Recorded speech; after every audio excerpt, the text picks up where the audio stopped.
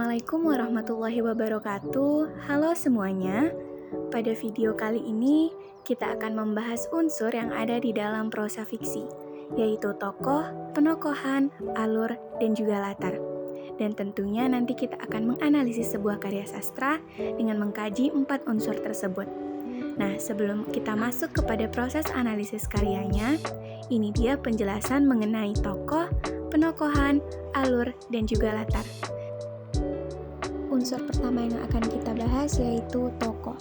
Menurut Sujiman dalam Siswasi dan kawan-kawan pada tahun 2007 halaman 20, tokoh adalah individu rekaan yang mengalami peristiwa atau berkelakuan di dalam berbagai peristiwa dalam cerita.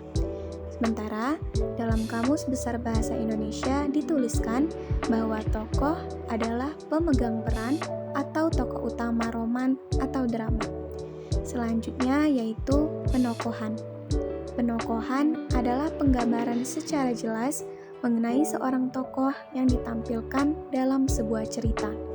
Penggambaran tokoh memiliki kualitas moral dan kecenderungan tertentu seperti ekspresi dalam ucapan dan aspek dalam tindakan. Selanjutnya yaitu alur. Alur adalah pola pengembangan cerita yang terbentuk oleh hubungan sebab akibat dan disusun secara kronologis. Peranan alur sangat penting karena alur adalah struktur rangkaian peristiwa yang menggerakkan jalan cerita. Nah, yang terakhir yaitu latar. Latar adalah bagian cerita atau landas tumpu yang mengacu pada masalah tempat dan waktu terjadinya peristiwa, serta lingkungan sosial yang digambarkan untuk menghidupkan peristiwa. Nah, itu dia penjelasan mengenai tokoh, penokohan, alur, dan juga latar. Selanjutnya kita akan masuk kepada analisis karya sastra. Karya sastra yang akan kita analisis pada kali ini yaitu novel Laskar Pelangi karya Andrea Hirata. Berikut sinopsisnya. Laskar Pelangi. Cerita terjadi di Desa Gantung, Belitung Timur. Dimulai ketika sekolah Muhammadiyah terancam akan dibubarkan oleh Depdikbud Sumsel jikalau tidak mencapai siswa baru sejumlah 10 anak. Ketika itu, baru 9 anak yang menghadiri upacara pembukaan. Akan tetapi, tepat ketika Pak Harfan, sang kepala sekolah hendak berpidato menutup sekolah, Harun dan ibunya datang untuk mendaftarkan diri di sekolah kecil itu. Dari sanalah dimulai cerita mereka. Mulai dari penempatan tempat duduk, pertemuan mereka dengan Pak Harfan, perkenalan mereka yang luar biasa, di mana Akyong yang malah cengar-cengir ketika ditanyakan namanya oleh guru mereka, Bu Mus. Kejadian bodoh yang dilakukan oleh Borek, pemilihan ketua kelas yang diprotes keras oleh Kucai, kejadian ditemukannya bakat luar biasa Mahar, serta pengalaman cinta pertama Ikal, sampai pertaruhan nyawa Lintang yang mengayuh sepeda 80 km pulang pergi dari rumahnya ke sekolah. Mereka Laskar Pelangi, nama yang diberikan Bu Muslimah akan kesenangan mereka terhadap pelangi, pun sempat mengharumkan nama sekolah dengan berbagai cara. Misalnya, pembalasan dendam Mahar yang selalu dipojokkan kawan-kawannya karena kesenangannya pada okultisme yang membuahkan kemenangan manis pada Karnaval 17 Agustus, dan kejeniusan luar biasa Lintang yang menantang dan mengalahkan Dr. Hanis Zulfikar, guru sekolah KYPN yang berijazah dan terkenal, dan memenangkan lomba cerdas cermat. Laskar Pelangi mengarungi hari-hari menyenangkan, tertawa dan menangis bersama. Kisah 10 kawan ini berakhir dengan kematian ayah Lintang yang memaksa Einstein cilik itu putus sekolah dengan sangat mengharukan. Dan dilanjutkan dengan kejadian 12 tahun kemudian, di mana Ikal yang berjuang di luar Pulau Belitung kembali ke kampungnya. Kisah indah ini diringkas dengan kocak dan mengharukan oleh Andrea Hirata. Kita bahkan bisa merasakan semangat masa kecil anggota 10 Laskar Pelangi ini. Selanjutnya, kita akan membahas mengenai hasil analisis dari novel Laskar Pelangi karya Andrea Hirata. Kita mulai dari tokoh. Ada beberapa tokoh yang terdapat di dalam novel ini, yaitu yang pertama ada Ikal, Lintang, Mahar, Trapani, Kucai, Borek, Harun, Syahdan, Sahara, Akyong, N.A. Muslimah, K.A. Harfan Effendi, Flo, Bodenga, Ibu Friska, Erin Resvalda, dan yang terakhir, Profian. Selanjutnya, kita masuk kepada penokohan.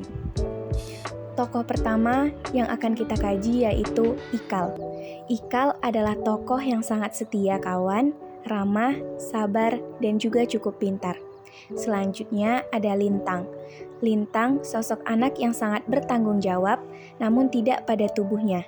Badan Lintang berbau hangus dan dia memiliki rambut yang keriting. Namun, soal otak, Lintang punya otak yang sangat brilian, pintar, dan sangat jenius. Namun, ia tidak pernah sombong akan kepintaran yang ia miliki. Penokohan yang selanjutnya yaitu Mahar, seorang siswa Muhammadiyah yang sangat mahir dalam bidang seni. Mahar sangat pintar bernyanyi dan suaranya sangat merdu, dan juga didukung dengan wajahnya yang sangat rupawan. Penokohan selanjutnya yaitu Trapani, seorang siswa yang sangat rapi dan bersih, perfeksionis, santun, dan sangat berbakti kepada ibunya. Dia juga tampan.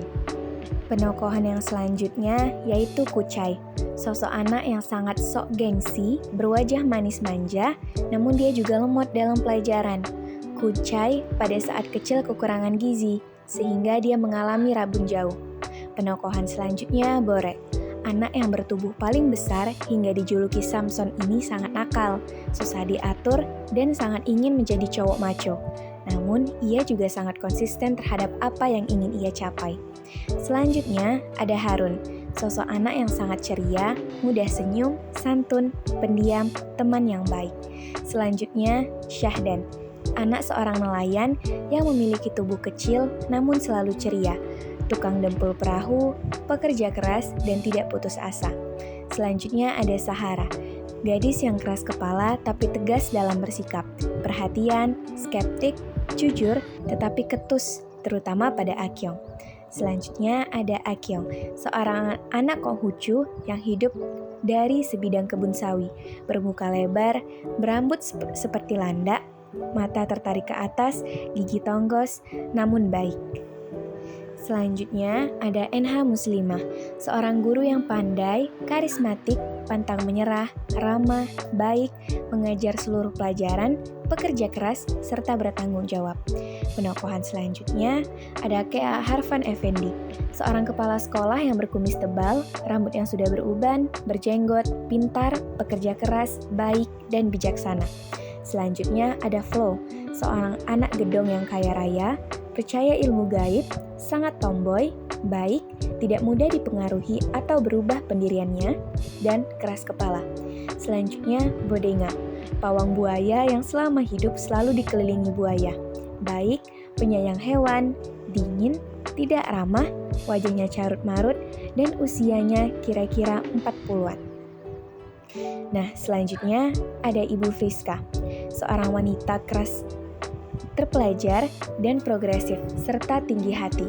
Selanjutnya ada Erin Resvalda, seorang mahasiswa yang berjuang untuk menulis tugas akhirnya, cerdas, agamis, cantik, dan baik hati. Selanjutnya ada Profian, seorang dokter jiwa yang sangat berpengalaman dan yang baik hati. Itu dia penokohan dari beberapa tokoh yang ada di dalam novel Laskar Pelangi. Selanjutnya kita akan membahas alur dari novel Laskar Pelangi. Alur Laskar Pelangi bisa dikatakan tersusun dan sangat rapi dan maju ke depan. Dalam arti, peristiwa-peristiwa disusun secara kronologis berdasarkan waktu kejadiannya. Akan tetapi, tidak jarang ada terjadi pengulangan kembali atau flashback untuk memperjelas permasalahan pokoknya. Nah, selanjutnya kita akan membahas latar yang ada pada novel Laskar Pelangi. Pulau Belitung adalah salah satu setting secara umum yang melatar belakangi peristiwa yang terjadi tepatnya di desa terpencil. Setting yang menggambarkan suasana yang sangat menyedihkan adalah SD Muhammadiyah. Beberapa setting bersifat fisikal seperti pohon filikium, rawa, dan sungai, toko kelontang, pulau Lanum, dan pantai Pangkalan Punai. Setting itu juga mempunyai hubungan dengan perwatakan para pelaku. Itulah dia hasil analisis kita pada hari ini mengenai tokoh, penokohan, alur, dan juga latar. Nah, sampai di sini dulu perjumpaan kita. Sampai jumpa di video selanjutnya. Bye-bye!